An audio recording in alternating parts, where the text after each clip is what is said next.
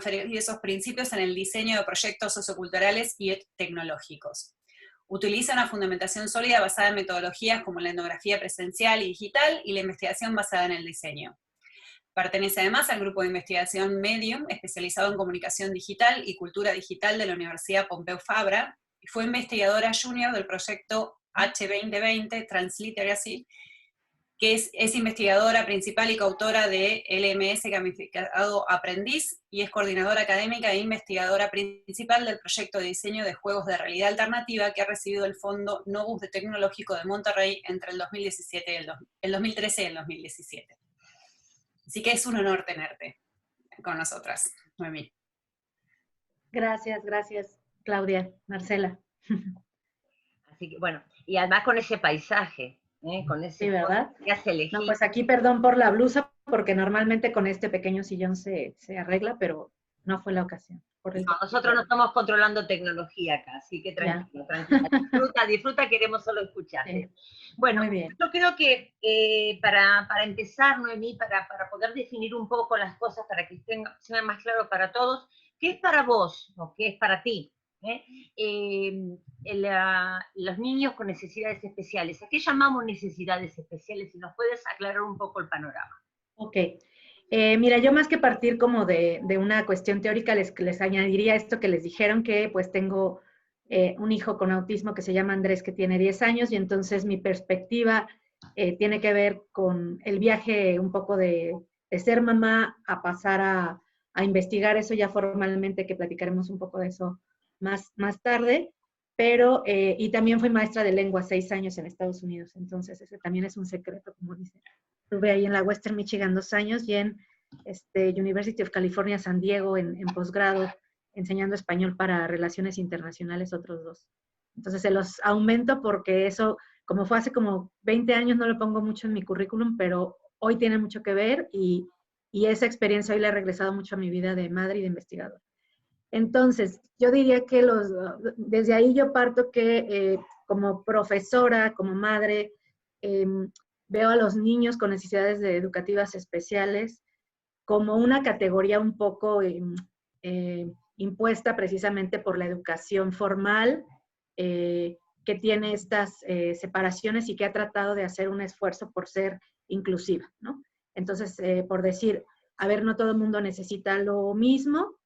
Entonces, si lo vemos de manera abierta, evidentemente coincidiremos en que no solo los niños con discapacidad llegan a tener necesidades educativas especiales, sino que a lo mejor hay un momento de vida, no sé, ¿no? Un divorcio, una transición, una enfermedad física del niño, de los padres, que hace que tengan como ciertas necesidades educativas o atención especial. Sin embargo, si nos vamos a las áreas de la discapacidad, pues la discapacidad, por un lado, se dividiría evidentemente en las discapacidades físicas, que son las que son más, las que más se cuentan en la escuela, ¿no? O sea, las que son súper evidentes, porque tener alguna discapacidad visual o auditiva se nota inmediatamente y es muy claro, pues entonces no puede ver bien o no puede leer bien o no ve simplemente, o sea, si va en grados o en la audición también, ¿no? Evidentemente si es física y si es un usuaria de silla de ruedas que necesita ciertas adaptaciones que debería haber desde antes, pues se nota. Pero entonces, además de estas discapacidades físicas, con lo que yo he trabajado más por mi situación de madre, que es lo que me llevó a luego investigar esto, es con el autismo, que está considerado una discapacidad psicosocial, ¿no? Y que eso, ustedes saben que además tiene un rango enorme que va o sea, que a mí no me gusta verlo como escalón, ¿no? Porque en los viejos estándares se hablaba de autismo de bajo funcionamiento y de alto funcionamiento, pero eso siempre crea tanto el juicio negativo sobre los niños que parecen tener un bajo funcionamiento. En primera los estamos evaluando y los estamos tratando por funcionamiento como si fueran máquina, ¿no? Funcionas poco, funcionas mucho, ¿no? Y esos estándares estuvieron vigentes hasta el 2013, pero además la gente los sigue usando, ¿no? Los profesores, los papás los usamos porque parece que eso es como bueno, ¿no? O sea, entonces, de repente en la comunidad de personas con autismo puedes escuchar a alguien que se siente como orgulloso de, ese alto funcionamiento. Sin embargo, la verdad es que yo he tenido no solo mi hijo, sino alumnos universitarios con esta etiqueta de Asperger y alto funcionamiento, y la verdad que el caso es sumamente complejo, sumamente. Entonces no podría pensar que los podamos dividir en escalera, y más bien regresaría a que la discapacidad psicosocial es de las más invisibles, es menos notoria.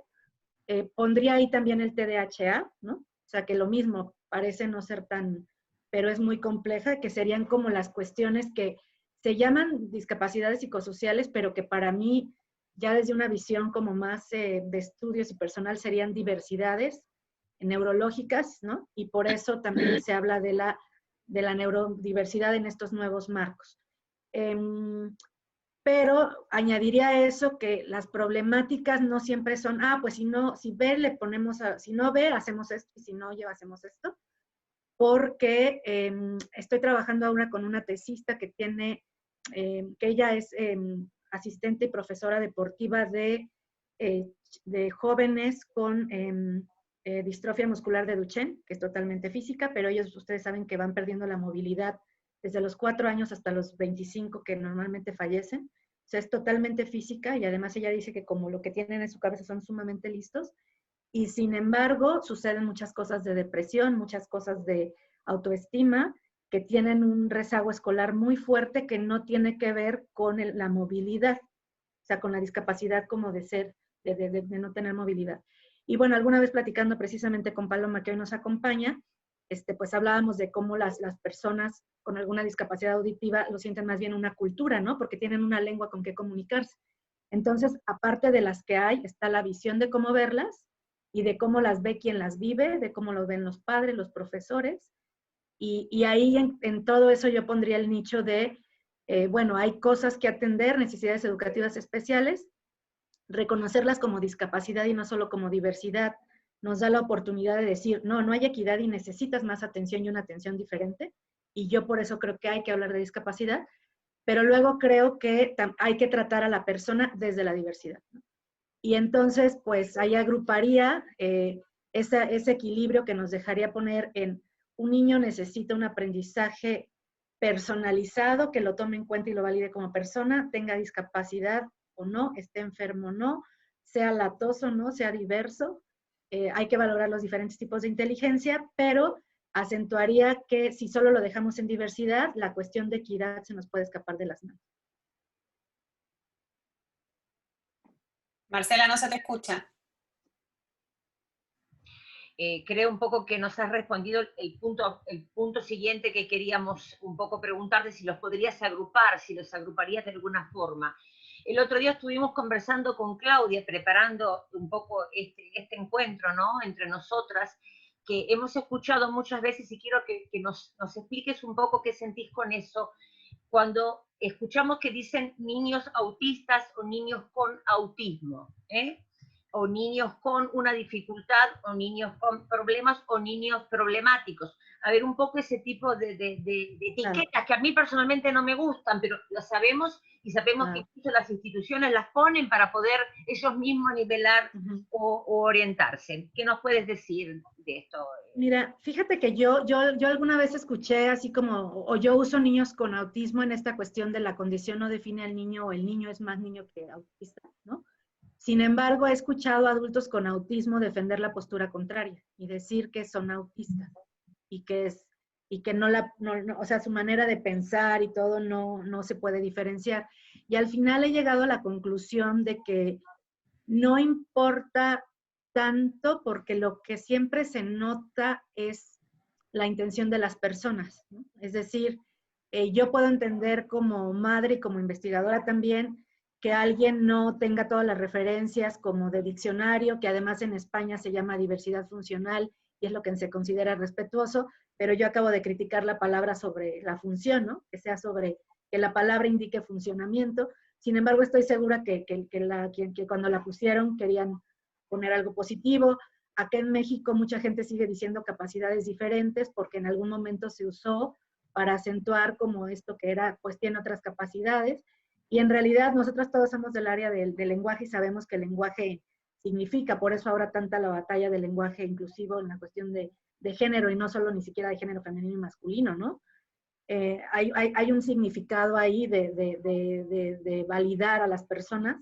Sin embargo, creo que también podemos pensar que hablar de cierta manera u otra constituye el respeto, y yo les digo que he visto personas de todas las clases sociales, niveles educativos, que conmigo me han llegado, que se les ve nerviosas, ¿no? Pero que te dicen, tu hijo, no sé cómo decir, y ya, ¿no? O te dicen, tu hijo autista, pero ves que no hay ningún juicio al respecto, y he estado en espacios donde alguien usa el vocabulario correcto, pero después hace un comentario literalmente de qué bueno que su nieto es normal y no tiene que enfrentar estas cosas, y una serie de comentarios que van más allá del vocabulario, ¿no? Que implican pues lo que sea, a veces simplemente, pues a lo mejor no ser muy empático y atinado en el discurso, y algunas otras veces incluso agresión, ¿no? Entonces, con el tiempo, uno pues va distinguiendo eso, y la verdad que yo cada vez me preocupo menos por el lenguaje y más por la intención. Muchas gracias, Noemí.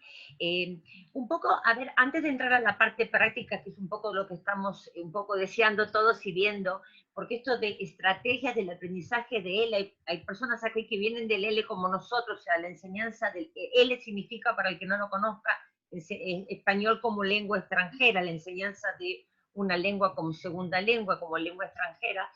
Estrategias que Noemí ha utilizado, ¿no es cierto?, para después, que aprovecha para el desarrollo del lenguaje en niños con necesidades especiales. Pero antes de entrar en eso, me gustaría que nos contaras así brevemente, Noemí, ¿cómo fue ese camino? ¿Cómo fue que fue ese camino hasta que descubriste o te sentaste más clara en este tema de aprovechar eso que tenías anterior, en tu profesión anterior, en tu desarrollo anterior, a lo que estás desarrollando en este momento tan rico?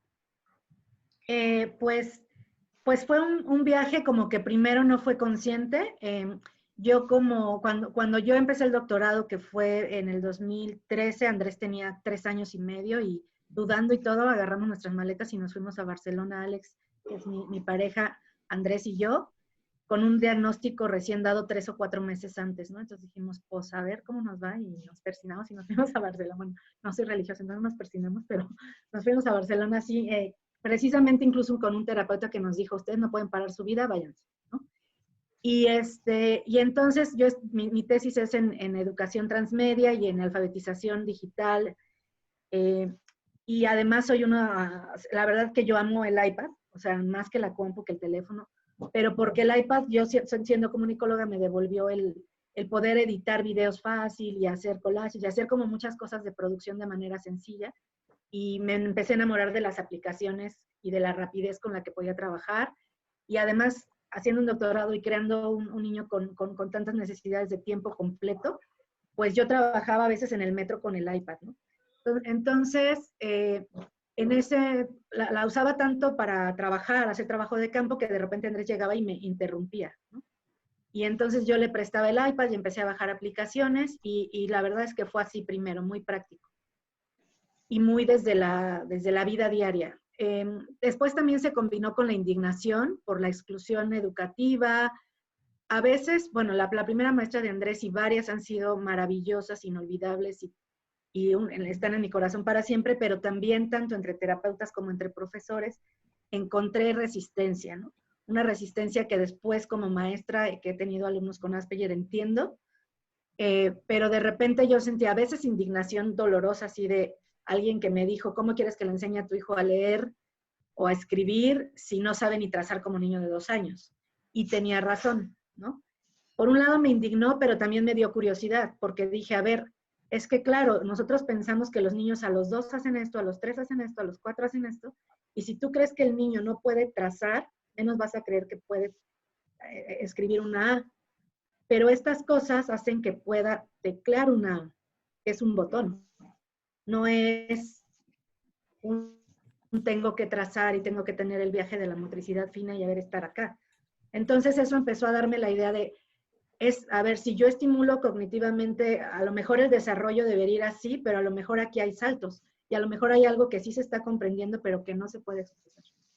Y empecé a encontrarme con casos en internet que no están muy documentados en investigación formal, en grupos de Facebook, de mamás, de todos estos así como espacios informales en los que la gente comparte, de niños que hablaban a los 12 años de la nada, de niños que hablaban a los 9 repentinamente, de una chica que es muy famosa, que tenía un autismo, que le llaman esto, ¿no? Grado 3, severo, de bajo funcionamiento, ¿no? Todas estas etiquetas.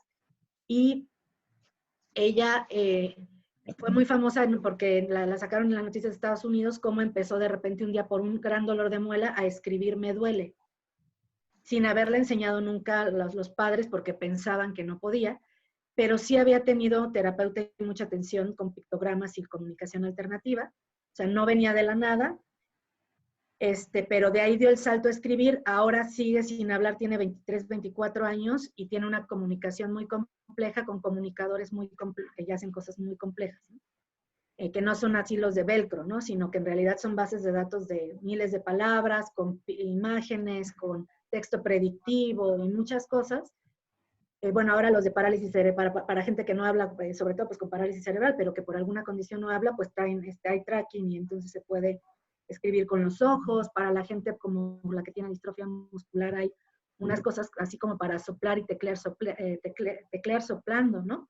Entonces, de repente para mí esto fue como un mundo de, a mí me gusta, esto tiene soluciones, a la par, como cualquier mamá cuando tenía un problema, pues buscaba respuestas, pero en vez de blog me iba a papers, y así en el 2017 escribí el primer paper cruzando todo esto, y al final, pues acabo de publicar antier un libro ya formal con investigación, pues ya con revisiones de literatura muy, muy fuertes y con trabajo de campo sobre autismo y aprendizaje y demás, ¿no? Entonces, el viaje fue un poco la influencia de la tesis, de la vida diaria, la combinación, la indignación, la necesidad de hacer algo y luego la curiosidad científica, todo jugó un rol. ¿Cómo se llama tu libro, perdón, Noemí? Se llama Transmedia Learning for Preverbal Children with Autism.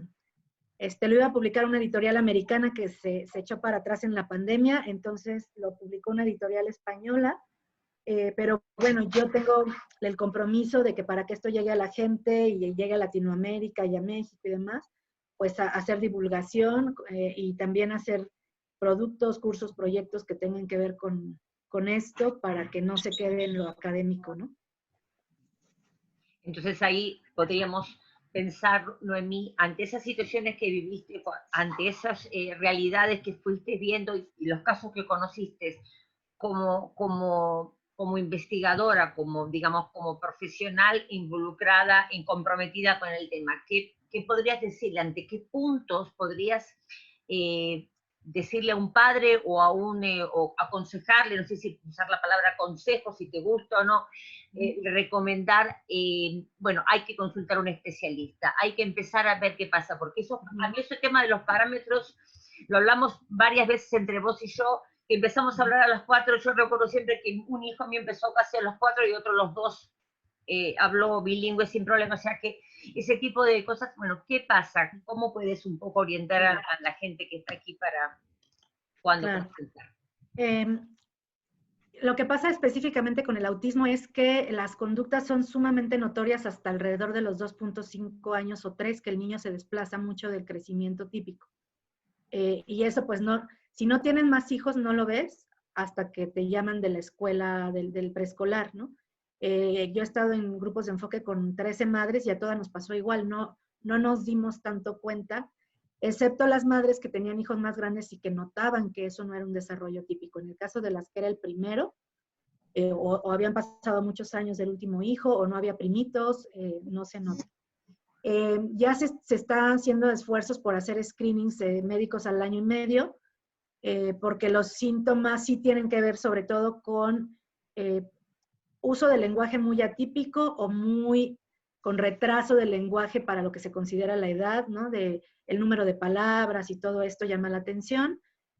También llama la atención a veces muchos caprichos o berrinches que parecen inexplicables y que después uno se da cuenta que casi siempre son por reacciones sensoriales que tienen ellos, casi siempre tienen como comorbilidad, desintegración sensorial, y entonces todo lo que son sonidos, la vista tal, no es que oigan más o menos en volumen o vean más o vean menos, sino que el cerebro procesa el estímulo de una manera muy diferente que es pues incómoda o dolorosa, ¿no? Entonces de ahí vienen fobias y demás. Pero cuando te dicen eso, te dicen, si no le gusta tocar gelatina, ¿no? Y entonces yo decía, él se come la gelatina a puños. Y lo que pasa en realidad es que con lo que se publica en autismo es como ciertas cosas que a veces pasan, formar legos, formar carritos. Mi hijo no hace nada de eso, ¿no? Hay como incluso ciertos estereotipos en el diagnóstico, en vez de decir, si tú notas que tu hijo ante los sonidos, las texturas, tiene reacciones inusuales o exageradas, que debería ser lo que te debería llamar la atención, se publica que no toque gelatina, ¿no? Entonces, bueno, pues va por ahí, va por a veces no siempre por la mirada, la socialización, el retraimiento, pero también es un estereotipo igualmente, ¿no? O sea, a mi hijo le encanta estar con gente. Entonces, no hay... Y otra de las problemáticas es que a veces el autismo se sabe que es genético, pero yo hasta hace muy poco tiempo me enteré algunas condiciones específicas que pueden ocasionarlo, como el X frágil, que es tal cual un problema de genes específico como el síndrome de Down, pero hereditario, ¿no? Y hereditario solo por la madre, pero no siempre tienes X frágil si tienes autismo, sino es una de las 400,000 razones por las que los niños lo pueden tener. Y entonces eso lo dificulta como mucho, porque a veces los síntomas son ligeros, muy altos, etcétera, variadísimos, ¿no? Esto del espectro es una realidad. Bueno, yo creo que podemos, si hay alguna pregunta hasta acá, quieren hacerla en este momento, porque después vamos a empezar a subir una presentación para que a mí nos muestres casos concretos. Lo único que escribieron en el chat, si podrías escribir el nombre del libro y la editorial para poder tenerlo en el chat y que sepan buscarlo para comprarlo. No hay problema, yo lo busco y se los comparto en el chat, aunque sea hacia el final de la reunión, no hay problema. Me gustaría, bueno, entonces, si te parece bien, Noemí, si tienes alguna pregunta puntual, alguno quiere abrir micrófono y hacer alguna pregunta puntual, algo que quieran saber o no hayan libre, no. Claudia, por favor, Claudia, abre el micrófono. ¿Me escuchan? Sí. Hola, ¿qué tal? Noemí, y a todas. Yo tengo mi nieto, a los 3 años se declaró autista por las autoridades, o sea, al año los padres se dieron cuenta que estaba raro, que no había conexión con nada, y empezaron a tratarlo y a los 3 años sí lo diagnosticaron con autismo. Es un autismo, como vos decís, no se sabe qué nivel está, porque él tiene relación con las personas, pero hay momentos en los que él se retrae mucho. Y como que tenés que volverlo a traer. Yo lo que te quería preguntar es sobre eso, sobre los niveles. No importa cómo sea, si él tiene, por ejemplo, no forma oraciones, él te dice sí, no, bueno, y habla los 2 idiomas perfecto. Yo soy de Israel, él habla de hebreo en el jardín y con nosotros español. En eso no hay problema, pero él no forma oraciones. Entonces yo quisiera saber, cuando vos decís de los niveles, que tenés razón. Ah, bueno, pero mi nieto es un nivel limítrofe y qué sé yo, y no. Más adelante también va a tener otras actitudes. Y por ejemplo, él no puede conectarse con el exterior de él mismo. O sea, él está cuando hay mucha gente sí se conecta, pero si no hay mucha gente, él se encierra en su habitación, no se encierra. Se va a su habitación, se pone a leer un libro, se va del mundo. Eso es lo que te quería preguntar sobre, si podías especificar un poco más eso de que no hay que poner niveles. Que autista es autista. Yo creo que más que o sea, lo que a mí no me gusta de los niveles es la clasificación, porque muchas veces se hace un juicio sobre el potencial. Es como que el diagnóstico se vuelve pronóstico. Y en educación, yo de lo que acabo de encontrar del libro, no solo en discapacidad, sino en general, es que cuando un maestro no cree en su alumno, el alumno no aprende, probadísimo, ¿no? O sea, esto del efecto Pigmalión, ¿no? Se ha probado mucho con alumnos en desventaja, con discapacidad, problemas de aprendizaje, indígenas y pobreza.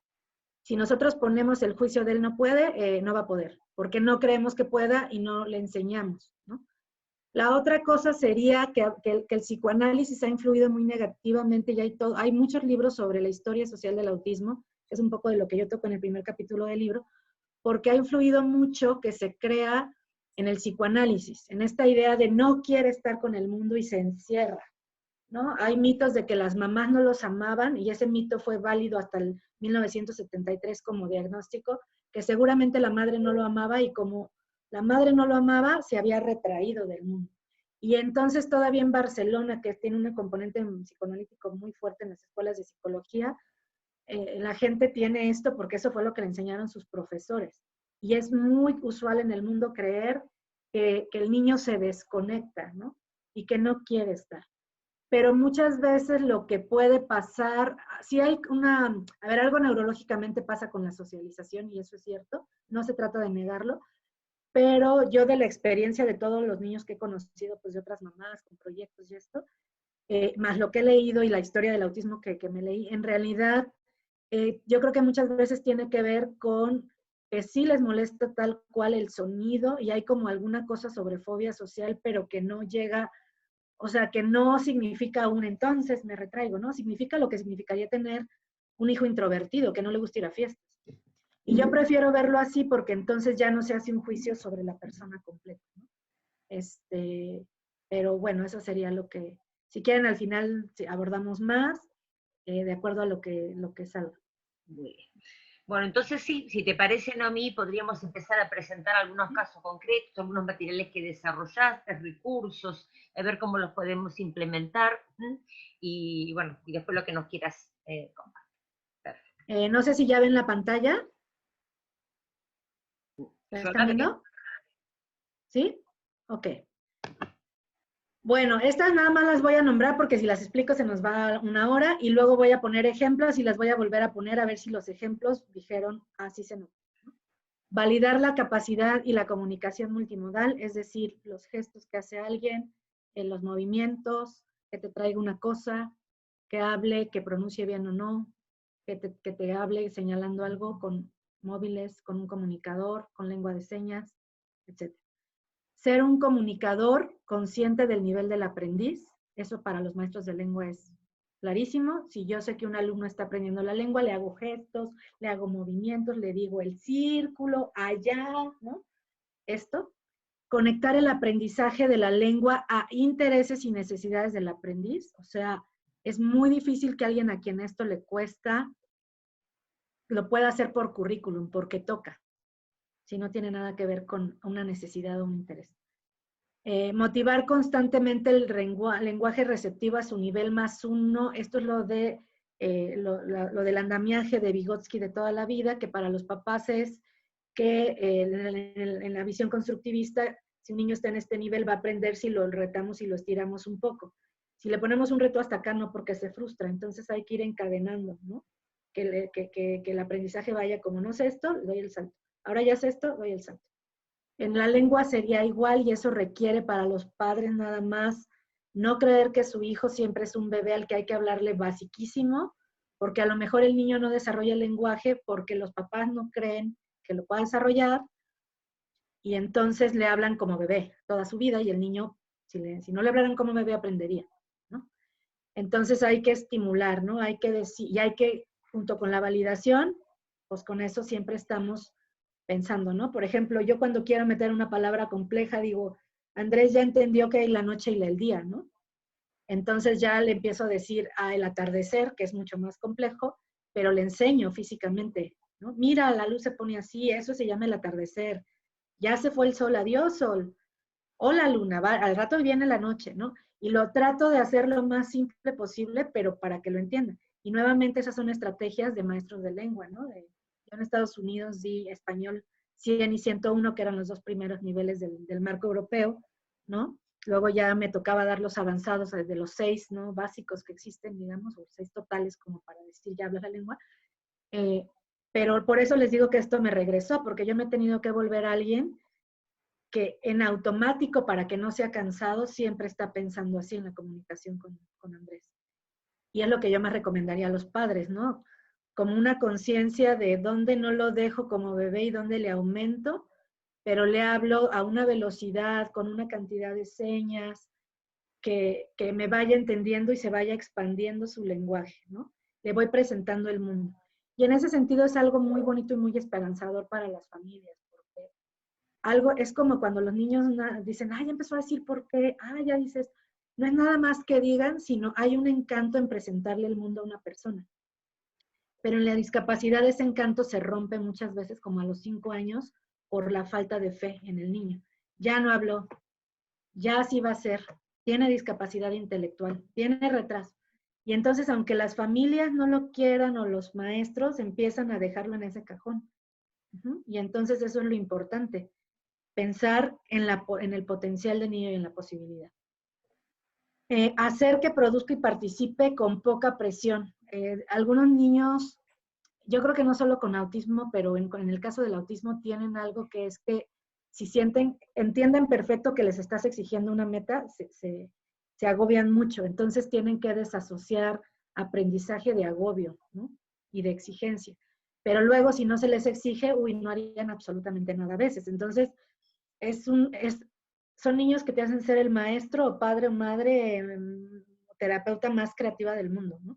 Pero eso es bueno para uno, o sea, de cómo le hago, con qué lo motivo, y cómo hago que haga sin que le moleste y entonces lo asocie a qué horror, que no me enseñe. Hay que trabajar todas las áreas del lenguaje, pero muy diferente a cómo se hace en primera lengua, y ese es uno de los grandes problemas que tenemos con la inclusión, que se empieza por la fonética, ¿no? Y el viejo método del mame, mi mamu, que a un niño no le hace nada de sentido, y entonces habría que empezar más por la lectura global, ¿no? La palabra completa, la frase completa, el sentido completo de algo, que eso ya tiene mucho tiempo en educación especial, pero no siempre se usa, en vez de lo fonético, que es lo más abstracto. Y esas ya son estrategias como muy específicas, ¿no? De empezar de lo general a lo particular, que funcionan en realidad para todos los niños, y que en lengua son más usuales porque entendemos que es una segunda lengua. Yo tengo la teoría, y a lo mejor de eso me echo un paper o un segundo libro, o un libro más manual para familias, que es que en realidad tenemos que pensar que son segundas lenguas y combinar maneras en las que se aprende la primera lengua, la segunda y la comunicación alternativa. Esos 3 principios. Y bueno, cuando yo encontré a Paloma Trejo, que está por aquí en un congreso en Monterrey, en México, ella está haciendo tal cual su tesis doctoral sobre eso, no sé si ya terminó, a ver si al final nos dice, con las personas precisamente de la comunidad de sordos. Entonces ya podríamos decir, yo lo pensé para el autismo, totalmente por separado, pero Paloma ya estaba haciendo su tesis doctoral sobre eso con discapacidad auditiva. Entonces quiere decir que quienes tenemos contacto con niños con diferentes necesidades de educación especial observamos que en realidad hay que proceder como segunda lengua, no como algo que va a asumir el niño así como la lengua materna, sino hay que sistematizar. Entonces, eso sería la estrategia general. Les voy a poner ahora puros ejemplos. Siempre, a pesar de que yo adoro a mi hijo y hablo un montón de él, creo que es muy privado estar sacando fotos de los niños. Y la verdad es que las borro, así que una disculpa, porque además lo tomé de una conferencia muy abierta, sobre todo así cuando son 300 personas, como que no me encanta, no pongo fotos de él en Facebook, aunque me la paso en Facebook, entonces las que van a ver, pues están así.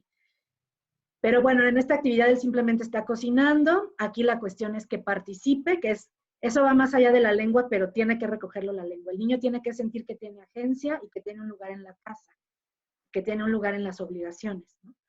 Entonces, a nosotros nos capacitaron un año en un método que se llama Relationship Development Intervention para autismo, que está centrado en la comunicación, y entonces nos damos cuenta que en realidad no es el niño que no quiere hablar, el niño que tal, sino cómo yo sí puedo influir sobre mi comunicación, me comunico con el niño para que el niño se comunique, piense, avance, aprenda, goce, disfrute y se sienta parte, ¿no?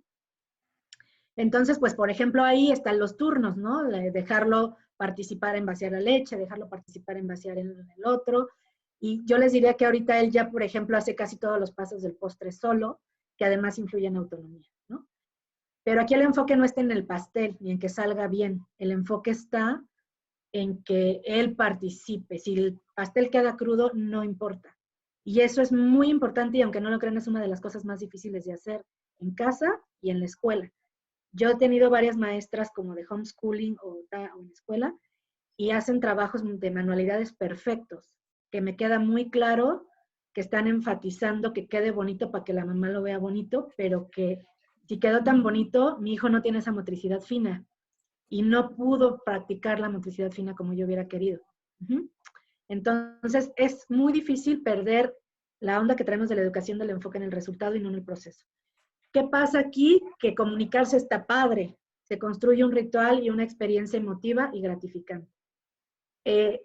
Como ellos tienen muchas necesidades sensoriales, lo que lo atrae es la masa. Lo que lo atrae es la comida, el pay de plátano que le gusta, pero tú de ahí jalas para tal. Y como le encanta ya hacer esto con su papá que cocina con él, pues se vuelve que luego va a querer cocinar otras cosas, ¿no? ¿Dónde entraría esta parte? Esto es de la comunicación alternativa, que sería bueno, ¿no? En la comunicación alternativa trabaja mucho con modelado.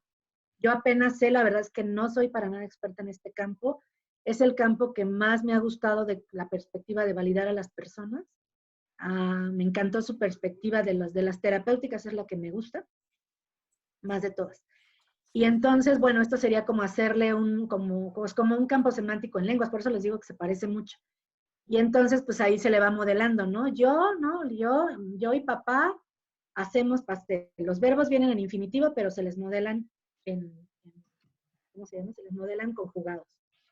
Esto sirve incluso para quienes hablan, ¿eh? Por ejemplo, eso, a quienes dicen, pero mi hijo, mi nieto, mi alumno sí pronuncia, o él sí escribe, o él dice oraciones, pero al final la imagen no le estorba a nadie y el estar escuchando y teniendo que contestar puede ser útil. Luego ahí está que se llama Pictelo, que eso se les recomiendo muchísimo para segunda lengua y para educación especial y para casa, para todo, que es solo para iOS, que entonces yo ya le enseño la receta, ¿no? No cuando la está haciendo, sino después, como para que recuerde el todo, ¿no? Entonces aprende funciones ejecutivas en el autismo, que es los pasos, los números como algo que sirve en un proceso, ¿no? No solo contar 1 al 5, sino una secuencia lógica.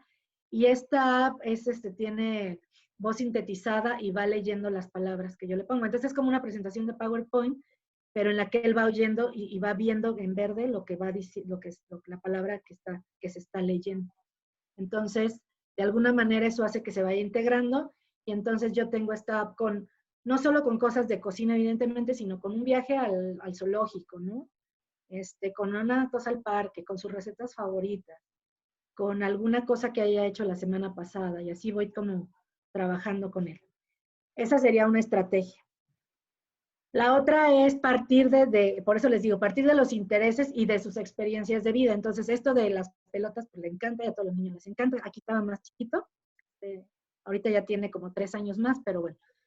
Y entonces es como empezarle a hacer sentido a lo que vive, ¿no? Y esto yo no empiezo con la parte de la gramática, sino, ay, mira las fotos, y chalala. Y además lo hago en el iPad con él, no para él como espectador. Es otro de los grandes problemas. Casi siempre se usan las aplicaciones como le hago el video y que él lo vea. No, que participe. Entonces yo tengo el iPad, al rato les enseño a lo mejor la aplicación en unos segundos. Ven acá, a ver, baja la foto. Y además así le voy enseñando alfabetización digital. Si ellos son tan buenos con las imágenes, lo voy potenciando para que él en algún momento pueda hacer estas historias, ¿no? Pueda a lo mejor seleccionar sus fotos favoritas y ponerlas. O sea, pueda entender una interfaz visual y usarla. Entonces, como ven, siempre estoy cruzando cosas. Y aquí, pues esto que viene de una cosa que está en internet que se llama Pictotraductor, uno le pone la frase y te da esta tirita, pues yo la recorto como imagen, se la pongo, ¿no? Entonces me gusta lanzar las pelotas de colores, y así se la leo, me gusta lanzar las pelotas de colores. O sea, cuando le llego a enseñar gramática, se la enseño de manera visual, que creo que esto, lo mismo, va muy bien con las lenguas. O sea, alguien que esté enseñando lengua, enseñar con estas imágenes, podría hacer que esto sea inclusivo, sin tener que decirle, tengo que enseñar al niño de manera diferente, ¿no? Si está aprendiendo una segunda lengua, un niño con necesidades de educación especial. Pero eso, cruzo. Después yo de ahí, aunque ya se sabía los colores, se los recuerdo. Mira las pelotas de colores. Y luego este es un ejercicio de agrupamiento, en donde yo hago que cuando no sabía hacerlos, le movía la mano. pero el participar y mover la mano le da en primera más atención, le va enseñando cómo señalar, cómo agrupar, y ya no me preocupo de le voy a hacer el examen a ver si agrupa o no agrupa. ¿Ven? Pierdo el enfoque en el resultado. Porque si no, si me decepciona porque no agrupa, ya no le enseño. A mí me da igual si sabe o no. Yo enseñándole o aprende o practica, o fortalece, ¿no? Entonces, me he tenido que quitar muchas ideas de la educación tradicional para hacer esto, ¿no? Por ejemplo, esto, no lo hago todo el mismo día. Al otro día, un segundo, por ejemplo, le ponía a meter estas bolas como las ven así iluminadas a la canasta. Sí, Marcela. Perdóname, Noemí. La gente está preguntando por el chat, por las aplicaciones. Cuando terminamos podemos hacer una lista, ¿no es cierto? Sí, las hacemos. Entregar las que vos consideres que son más importantes. Claro. Así que no se preocupen por eso, porque es muy difícil buscar en este momento y ponerles en el... al final se las digo. Y no las voy a empezar a mencionar. Esta se llama Explain Everything, pero las ponemos escritas. No te preocupes, hacemos una lista al final, Noemí. Trabaja tranquila con la presentación. Pero, por ejemplo, este día yo me acuerdo mucho que de las cosas que yo he empezado como o sea, que son investigación así etnográfica todo el tiempo, es que de repente le chocaba clasificar, ¿no? Pero con esto, ese día, él trajo este cesto y empezó a meter las pelotas y empezamos a jugar a las pelotas, ¿no? Entonces, el que tuviera sentido, a partir de una experiencia de vida, pues hace una gran diferencia. Ahora, no es nada más que vive el niño, ¿no? Y que vaya al baño y que cocine, sino es un niño. Y eso es otra de las cosas que se olvidan muchas veces en educación especial o en terapia, ¿no? Lo tengo que empoderar aquí ahorita. Entonces, mi amiga me decía, pero enséñale lo básico, que aprenda a comer, ir al baño. Y yo, pero tiene 3 años. Ponle puras fotos reales. Y yo, ¿por qué si tiene 3 años, no? O sea, es como que parece que los niños tuvieran que renunciar a su niñez para ser capacitados. Gran problema para mí. No, es un niño, no solo tiene autismo, es un niño. Entonces, aunque no hable, uno se da cuenta que le interesa. Mi hijo no habla y yo sé que le encantan los animales raros porque se los he puesto. Y cuando ve una mantarraya, cuando ve, no sé, un cangrejo, o sea, un pulpo, o sea, los animales como que son muy raros, le gustan.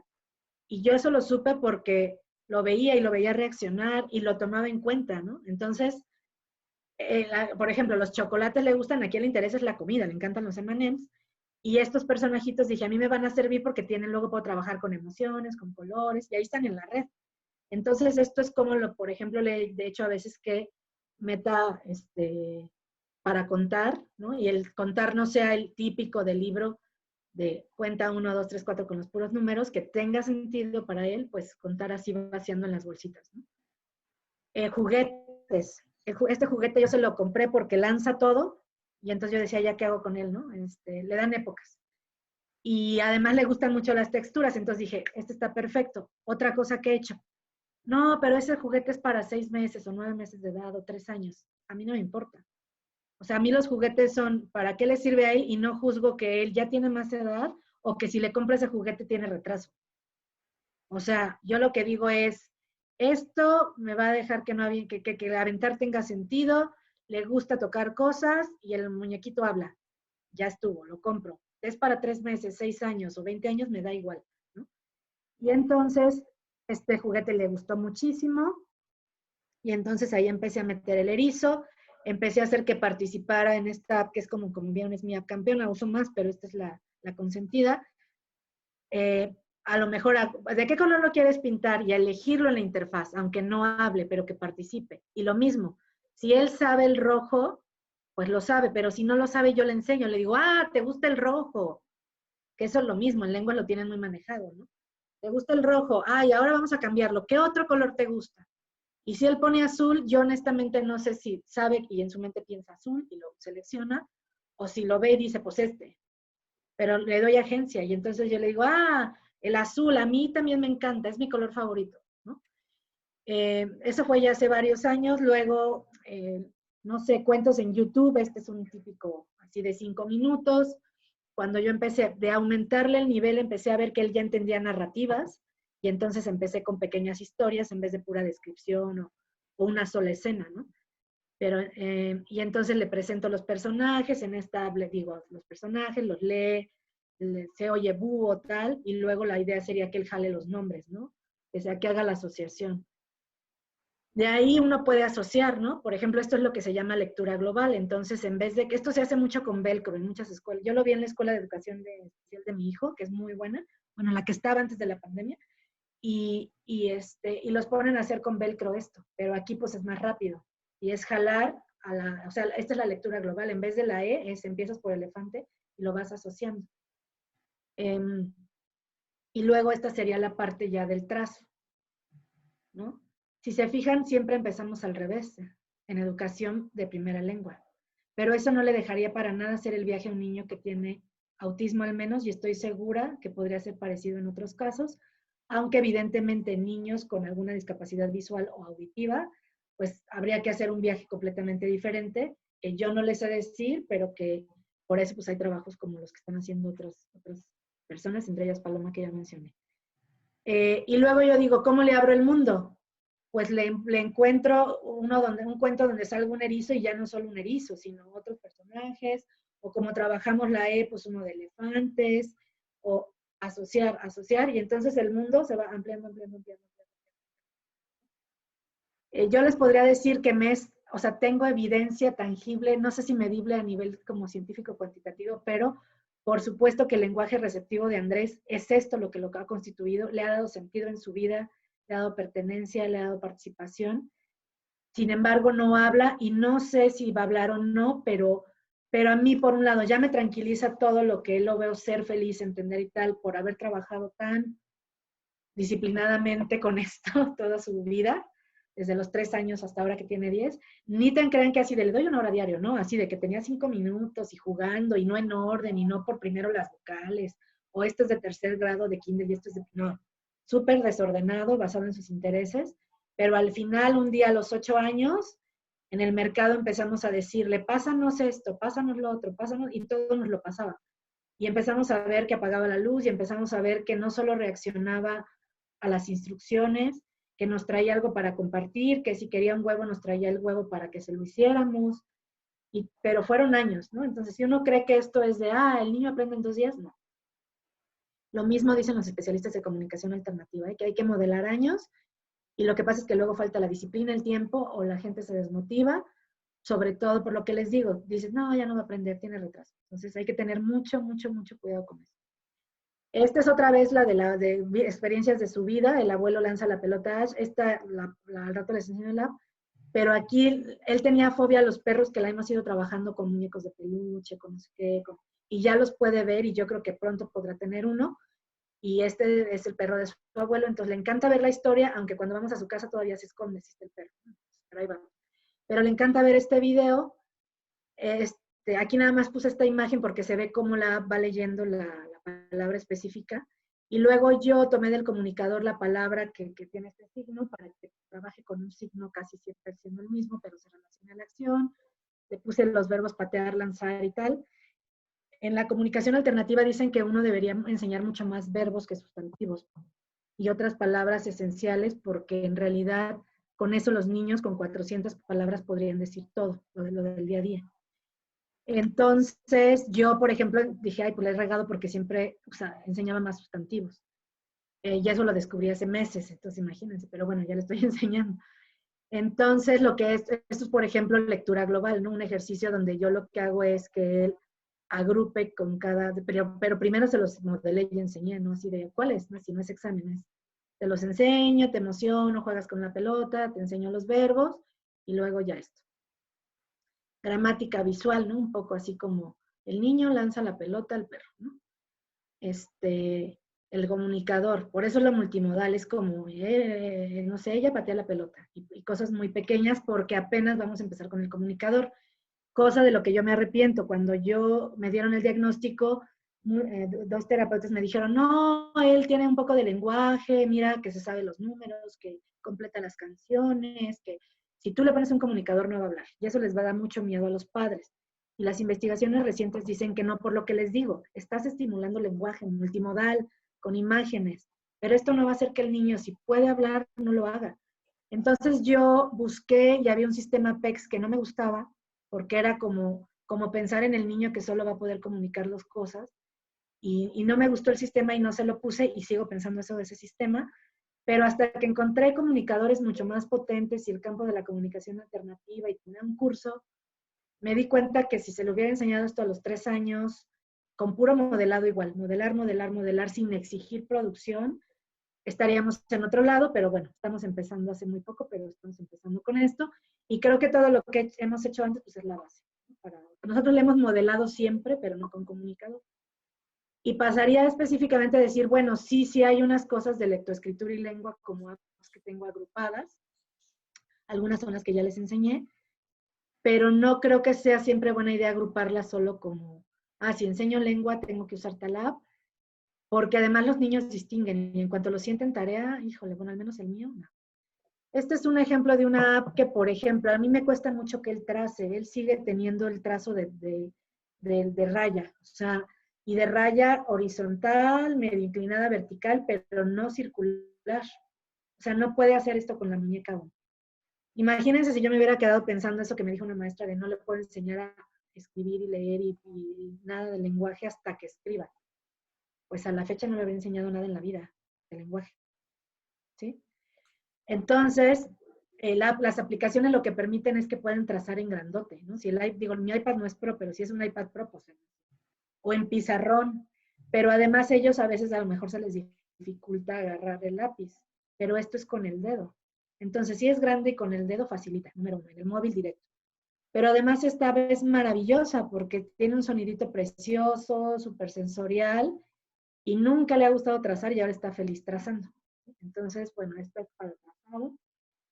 Esta es para segunda lengua, para español como segunda lengua. Y entonces esta tiene palabras y luego con una animación la palabra, o sea, se van las letras, hay que jalarlas y hace una animación y luego hace una animación de la situación y tal, ¿no?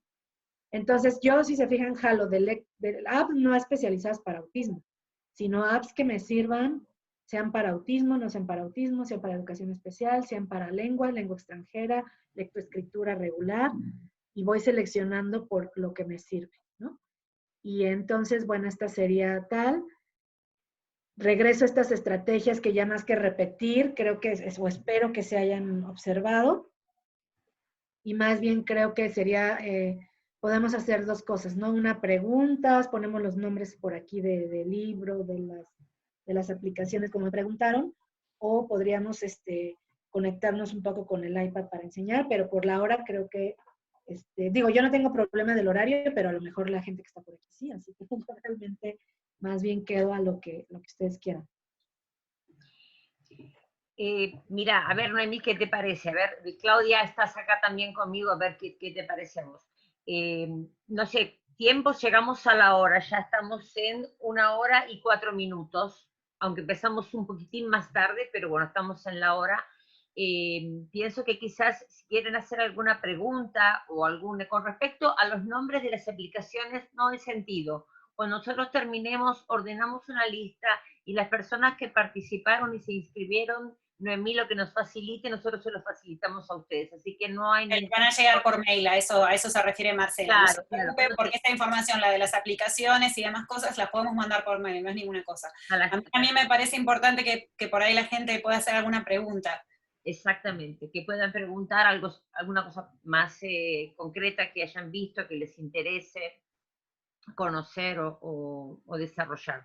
O mismo Paloma, si quieres aportar algo más con respecto a la escritura, después también sería encantador. Yo tengo algo para preguntar un poco en función de otra charla que también tuvimos, o sea, vos hablas muchas veces dijiste la palabra modelado, y yo no sé si eso es claro para todos los padres que están presentes. O sea, mi hermana, que es musicoterapeuta, también trabaja con chicos que tienen trastornos TEA, hablaba también de modelado, y creo que por ahí podrías explicar un poquito qué significa el modelado y cuáles son las implicancias como padre, digamos, ¿no? Claro. Modelar es literalmente modelar el lenguaje, así como usarlo de la manera en que se usa, que es lo que hacemos con los niños pequeños con mucha conciencia, porque sabemos que están aprendiendo a hablar, pero lo dejamos de hacer muchas veces en educación especial. El modelado podría ser, si yo le digo tal cual como celular, ¿no? Así, me gusta mucho el celular, ¿no? Pero, o sea, puede ser toda la gramática, puede ser la palabra, ¿no? es como modelar el lenguaje. Cuando hablamos de comunicación alternativa, literalmente es usar el dispositivo y empezar a decir, abrir la app y decir, me gusta, ay, me gusta mucho tomar chocolate, me gusta, y le aprietas al me gusta en el comunicador, ¿no? Pero no le dices, apriétale, habla, a ver, ay, no sabe decir me gusta, mira, ya le enseñé, y a ver, ahora tú di me gusta. Ay, no dice, oh, no va a aprender. ¿No? Sería como dar un ejemplo, o sea, explicar lo que estás diciendo, pero aparte dar el ejemplo de lo que está sucediendo, ¿no? Sí, dar el ejemplo, hacerlo lo más concreto posible respecto a un objeto o una imagen, y hacia cómo lo dices, ¿no? Me gusta mucho el chocolate, riquísimo, me encanta, ¿no? O sea, el modelado puede ser oral, puede ser con la imagen, pero es modelar el lenguaje con la conciencia de que la persona lo está aprendiendo. Por eso habrán visto que para mí haber sido profesora de segunda lengua es maravilloso, porque en realidad uso todo así de, es como si yo le quisiera enseñar, no sé si Marcela me quisiera enseñar hebreo a mí, igual, pues no entiende nada, ni hola, pues ¿qué hacemos con ella? Y ya me diría como, ya, entonces yo le diría, hola se dice así, se escucha así, ¿no? Es esa conciencia. O sea, modelado de modelo. Modelado de... De modelar, de poner un modelo, poner un ejemplo a las personas. No sé, bueno, a mí me gustaría preguntarte, ahora que estamos con todo esto de lo digital, todo el tiempo estamos trabajando con los profesores, algo que era analógico, un juego, y lo pasamos a digital, o un digital, ¿cómo lo podemos...? A mí me encanta trabajar con pictogramas, lo hemos hablado más de una vez el tema, me gusta mucho eso de la formación del lenguaje. Te pregunto, en este caso, vos lo presentaste como, si yo no me equivoqué, a través de la tableta. ¿Probaste también en esas tarjetas en forma grande, en forma concreta de cartón, y que si bien no las va a prensar, las va a dirigir con los dedos, como hace con la tableta, por ejemplo? Sí, fíjate, en la comunicación alternativa te dicen que de mejor, de hecho, te vayas a la tableta para que el niño aprenda que este es con lo que se va a comunicar y sea como su lengua, como sería la lengua de señas, ¿no? Sin embargo, yo como maestra de lengua, ex maestra de lengua, tengo mi propio pensamiento al respecto, y yo digo, claro, pero hay que enseñar así porque esa es como su primera lengua, pero el niño tiene que usar ese campo de por qué uso bicicleta, qué es bicicleta, y con el verbo pedalear en conjunto. No solo ahí, sino para que lo aprenda, no lo va a aprender solo cada que dentro de 1000 años yo voy a pedalar la bicicleta. Entonces yo elijo un poco como campos semánticos, y con eso trabajo con cuentos tal, y entonces ahí meto a veces cuentos con pictogramas físicos, y también meto los comunicadores impresos. Por ejemplo, el de la cocina no lo hacemos en la tablet, porque imagínate, ahí está todo la masa y es un relajo. Entonces está impreso en grandote, como así como si fuera un mantelito de la mesa, de ese tamaño, y que además está muy grande, y además así puedes dejar por ejemplo, el de la comida en la cocina, ¿no? Y entonces que en la cocina, siempre que vaya pueda, o sea, yo lo del modelado específicamente sobre comunicación alternativa y para el comunicador, lo que se me dificulta es que no trae uno la tablet pegada todo el día, aunque te lo digan. Y eso es lo que más me ha dificultado trabajar con el comunicador. En cambio, con los paneles así, pero lo que sí dicen ellos, que es muy cierto, es que tienen que ir acomodado en el mismo lugar, porque tú la A la tecleas en automático porque siempre está ahí, y la Z sabes que está abajo. Lo mismo tiene que pasar con los comunicadores de imágenes. Y si tú imprimes paneles también, porque no solo tiene que reconocer la imagen de bicicleta, sino dónde en el conjunto de tantas imágenes está, para que eso luego pueda ser lenguaje productivo algún día. Si no, receptivo seguro va a funcionar, pero el problema es que cómo va a producirlo. Pues así, como sabiendo dónde está la A y sabiendo dónde en el comunicador está la bicicleta. La seguridad, la confianza también en el reconocimiento, la seguridad en el trabajo. Sí, y eso le llaman ellos como planeación también, ¿no? Es la automatización, porque aprendemos a escribir a máquina lento, y cuando realmente nuestros dedos conocen el camino, vamos rápido y podemos, digamos, acelerar la forma en la que escribimos. Y esto sería lo mismo que tener una máquina de escribir en la cabeza, pero con las tarjetas ubicadas, digamos. ¿Dónde están? Espacialmente. Es súper interesante. Por favor, está abierto para el que quiera, o la que quiera. yo quería preguntar sobre la tablet. Para un nene de 3 años, ¿es conveniente un nene que todo lo que sea electrónico se queda y no hay forma de sacarlo? Entonces, no sé, Sí. los padres no le dan electrónico porque él es como que se mete ahí y no sale mal. ¿Es conveniente para un nene de 3 años o esperaría un poco más? No, es conveniente, lo que pasa que esto me lo preguntan mucho y esto tiene que ver más con alfabetización digital y uso de medios en general para cualquier niño.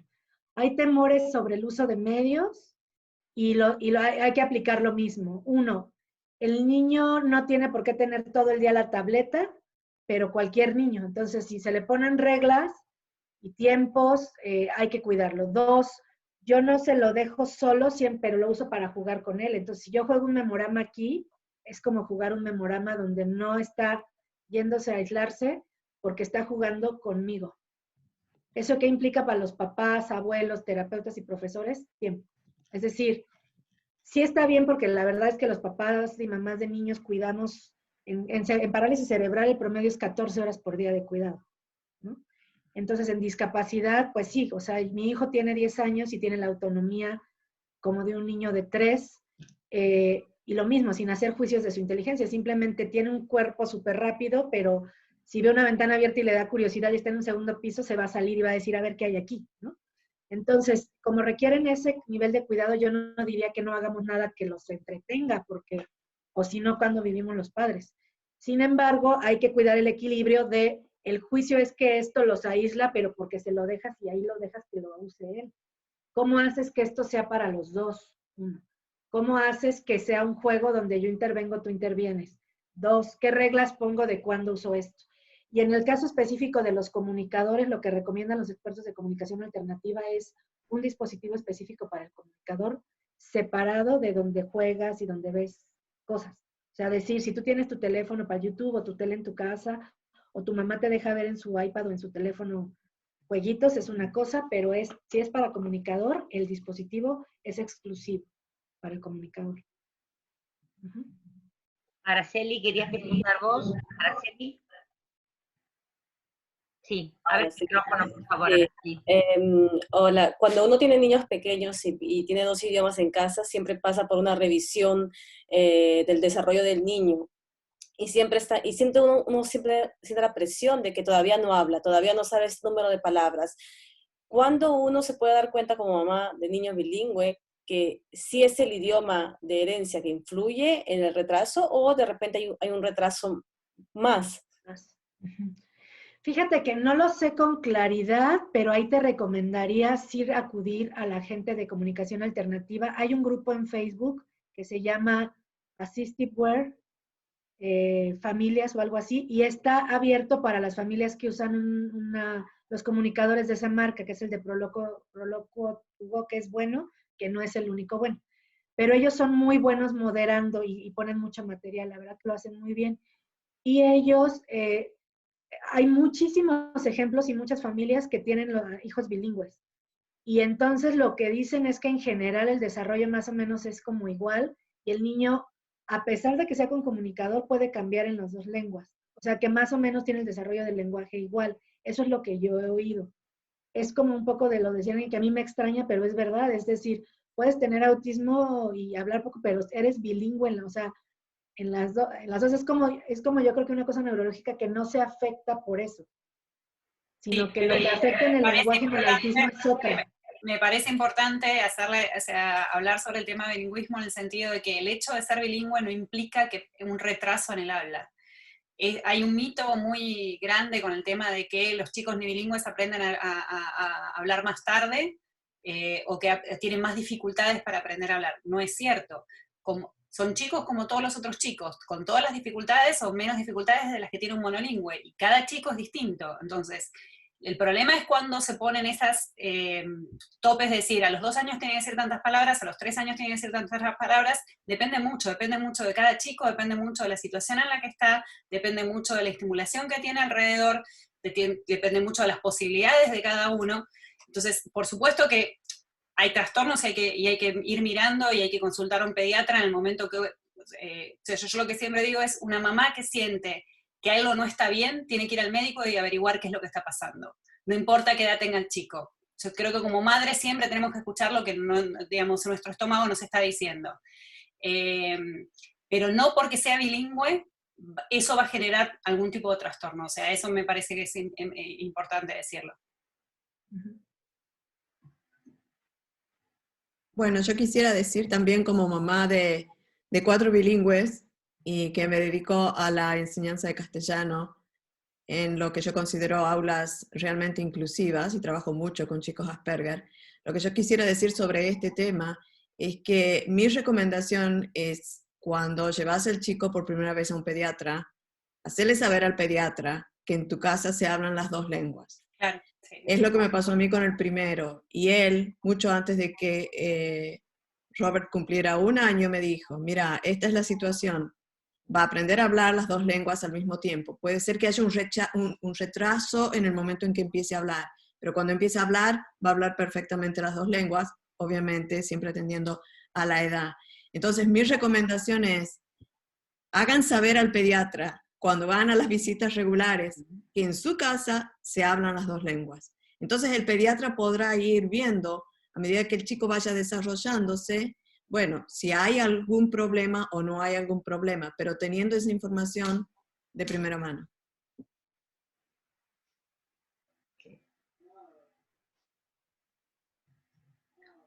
¿Más preguntas? Yo quisiera, no sé si aprovechar más bien eso para preguntarle a Paloma, porque ya que está aquí el día de hoy, ella ha trabajado mucho con realmente usando, bueno, enseñando español como segunda lengua a los niños, o ella me ha platicado cosas bien valiosas de la comunidad de sordos, pues que nos digas algo, algo nos diga. Bueno, gracias. La realidad es que yo no soy la experta. Invité a las expertas, a Laura Navarro y a Belén, que ellas son las que están frente a grupo, ¿no? A mí realmente me ha tocado dirigir el equipo de inclusión que fue a nivel universitario y ahora en la primaria, que en la primaria se está haciendo un trabajo muy fuerte para enseñar español a los niños sordos. Entonces, creo que aquí me atrevería a cederle la palabra a Laura, porque ella es la que está directamente con los niños y la primera que llegó al estado de Querétaro a enseñarnos un poco la forma de trabajo. Creo que a lo mejor lo que yo podría decir es que como yo inicié como maestra de segunda lengua en el campo de la educación, quizá esa es mi aportación, pero la gente que realmente está ahí adentro, pues es Laura, es Belén, no sé si sigue aquí Laura, ¿verdad? Entonces, si nos... sí, aquí estoy. ¿Me escucha? Sí, sí.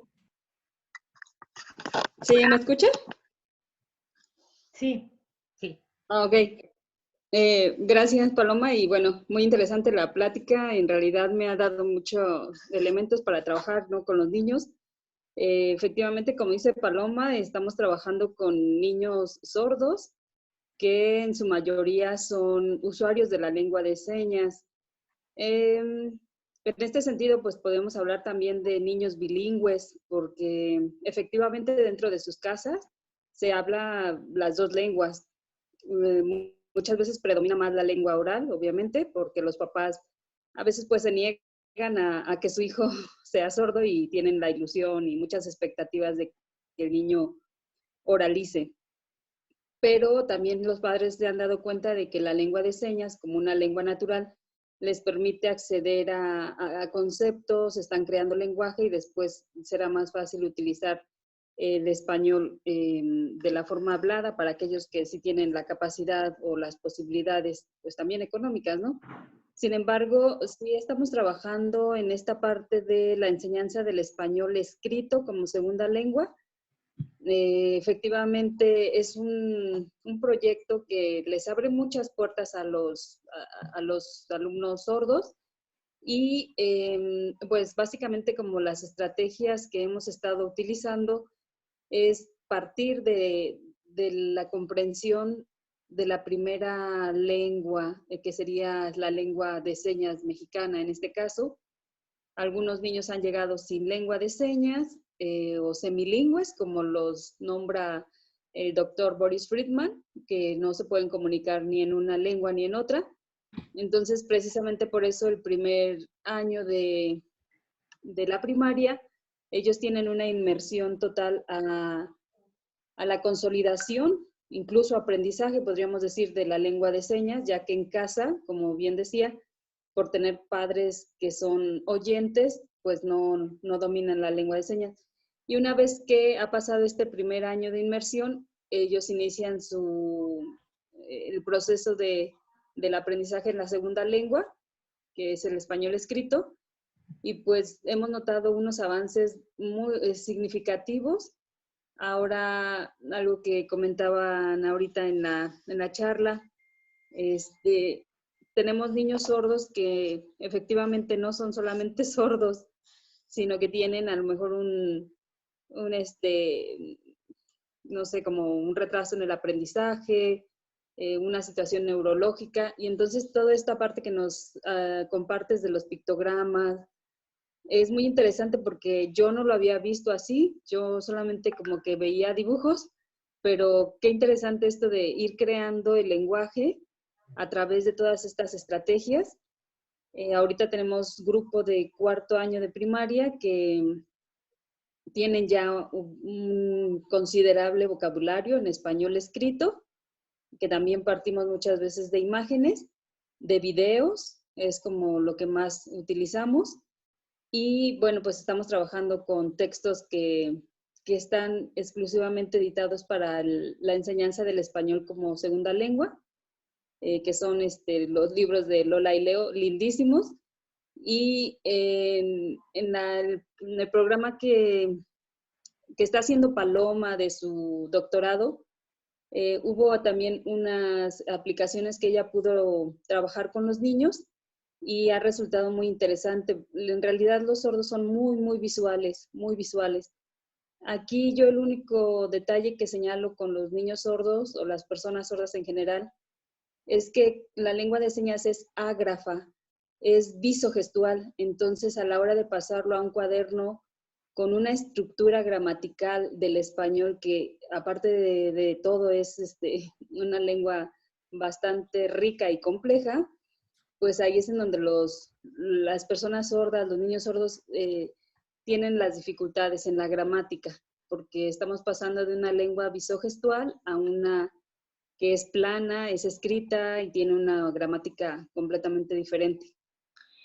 Laura, dado el tiempo que tenemos y la intensidad y la riqueza del material que nos estás ofreciendo, realmente nos gustaría organizar en el futuro quizás una charla con otro tipo de discapacidades, creo que nos pueden interesar a todas, a todos los presentes, y bueno, podemos abrirlo con presentación y con ejemplos concretos. Si te parece, Laura, lo dejamos en privado para nosotras, para ponernos de acuerdo en tiempos y demás. Paloma, por supuesto, también, si les parece bien, chicas, porque son casi 7 y da para muy interesante. Sí, o sea, me daría mucha pena que nos quedáramos cortos y no supiéramos más de todo lo que están contando, o sea, realmente me parece que da para organizar otra charla completa.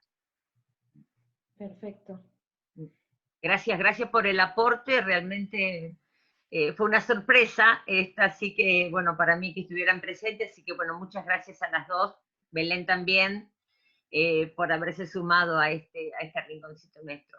Creo que para ir cerrando, Noemí, no sé, Claudia, ¿qué te parece? Si alguno más tiene alguna pregunta, incluso podemos seguir por email también, tienen nuestros contactos, como para poder estar tranquilos. Noemí, ¿te gustaría dar una idea de cierre, a ver, de una forma de cómo lo has visto este proceso y qué nos puedes dar como... Pues yo solo agradecer que hayan estado. Creo que hay un trabajo muy importante que hacer y siempre pienso que el más importante de todos es cómo vemos a los niños. Seamos maestros, seamos papás, seamos terapeutas, seamos tíos, vecinos, y apostar por su capacidad, porque si apostamos, lo peor que puede pasar es que no aprendan porque no pueden. Pero si no apostamos y podían, estamos literalmente ahora sí encerrando a alguien en su mundo. sin que opinara. Eso diría. Muchas gracias. Gracias. En todo nivel y en todo contexto educativo o social, ¿no? Sí. Más allá. No importa la geografía, ni la lengua, ni la etnia. Así es, totalmente. No, y un gustazo estar, bueno, además contigo, Marcela, que por fin pudimos hacer alguna cosa juntas después de tantas pláticas. Pues un privilegio además estar gente aquí que está aquí en Querétaro, donde yo vivo, ¿no? Que son Paloma, Laura, todo el equipo con el que trabaja Paloma, pero a la vez también está aquí Eli, que venía con el nombre de su hija, que es alguien que también me apoyó en el libro con el caso de su hijo que tiene autismo, y un gran amor y pasión por Disney y por dibujar y que hace cosas maravillosas, pero también hay gente de Argentina, de Israel, o sea, como me gustan además los grupos pequeños con más intimidad, pero con esta diversidad, así que fue un gusto estar con ustedes y compartir algo que pues nació así de la curiosidad, del amor, la necesidad y la indignación todo junto, pero que pues, ojalá sirva y escuchar lo que hacen los demás. Muchas gracias. Muchísimas gracias. Y para los profes que están todavía presentes, comparto la pantalla de la próxima jornada que tenemos la semana que viene, para que los que todavía no saben, si tienen ganas, se inscriban. Esta vez, o sea, con el ESI, junto con Marcela, dentro del contexto del ESI, damos jornadas para profesores de español como lengua extranjera y como lengua de herencia. Hasta el momento hay 5 módulos, el que viene ahora es el módulo 4, que es el aprendizaje lúdico. Está separado en 2 talleres para niños entre 2 a 6 y para niños de 7 a 11 años. Los módulos son todos bastante independientes, se pueden ir haciendo aunque no se hayan visto los anteriores, así que bueno, nada, invitarlas otra vez más a que si tienen ganas se sumen a otra de nuestras jornadas. Hay muchas que ya han estado en alguna, y bueno, nada más de eso.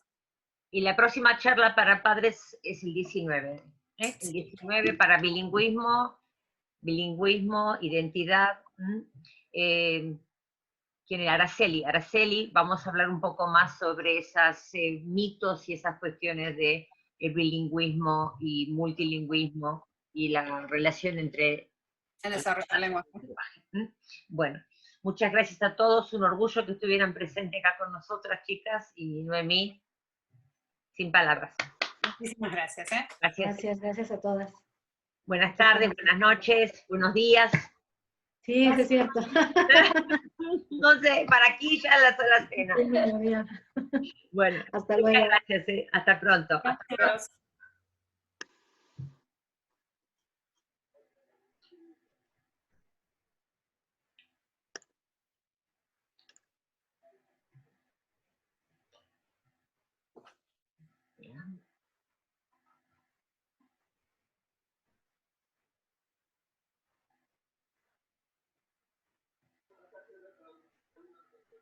Okay.